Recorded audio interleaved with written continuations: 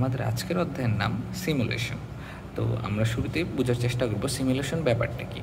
তো আমি যদি একটা এক্সাম্পলের মাধ্যমে সিমুলেশন ব্যাপারটা বোঝানোর চেষ্টা করি, তবে বলা যায় যে আমাদের চারপাশে এখন বর্তমানে অনেক বড় বড় বিল্ডিং তৈরি করা হচ্ছে, 10তলা বিল্ডিং, 20তলা বিল্ডিং।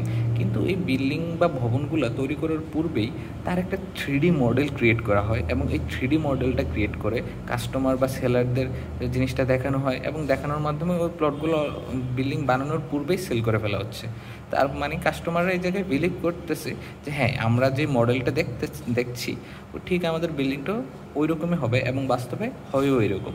তো ব্যাপারটা এরকম যে একটা কাজ করার পূর্বেই তার একটা প্রপার একটা ওভারভিউ বা একটা মডেল তৈরি করার মাধ্যমে ওই জিনিসটারে প্রেজেন্ট করতে পারা, এই ব্যাপারটাকে বলা হয় সিমুলেশন। যে জিনিসটা আসলে এক্সিস্টিং নাই, এবার নন এক্সিস্টিং একটা জিনিসকে এমনভাবে প্রেজেন্ট করা যেটা আসলে মনে হবে যে না, হ্যাঁ এই জিনিসটা আসলে এক্সিস্ট করে, এইরকমই এক্সিস্ট হবে ইন ফিউচার।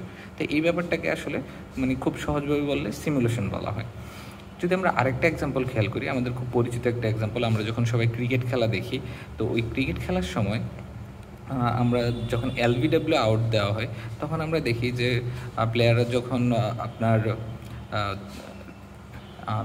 যখন রিভিউ নেয় তখন একটা ফুটেজ দেখানো হয় আমাদের, যেই ফুটেজে দেখা যায় যদি ওই প্লেয়ার ওই জায়গায় না থাকতো তাহলে বলটার গতিপথ আসলে কোন দিকে যাইতো, ওই বলটা আসলে স্টাম্প হিট করতো কিনা।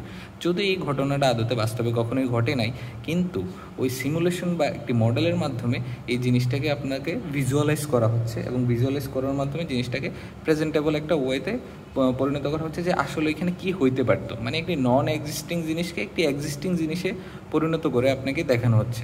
তো এই যে পুরো মডেলটা বা এই যে প্রপার পুরো ব্যাপারটা, এই জিনিসটার বলে আসলে সিমুলেশন।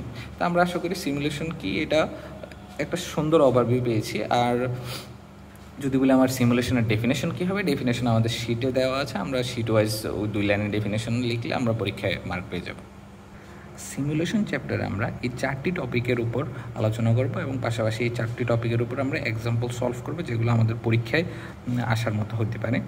এখন আমাদের প্রথম টপিকটি থাকবে সিমুলেশন প্রবলেম, সেকেন্ড আমরা সিমুলেশন অ্যান্ড ইনভেন্টরি কন্ট্রোল নিয়ে আলোচনা করব, থার্ড আমরা সিমুলেশন অফ কিউই সিস্টেম নিয়ে আলোচনা করব এবং লাস্টলি আমরা Monte Carlo simulation and capital budgeting নিয়ে আলোচনা করব। সো আমরা শুরু করব সিমুলেশন প্রবলেম দিয়ে। এখানে আমরা একটি প্রবলেম সলভ করব যার মাধ্যমে আমরা এই প্রসেসটা বোঝার চেষ্টা করব।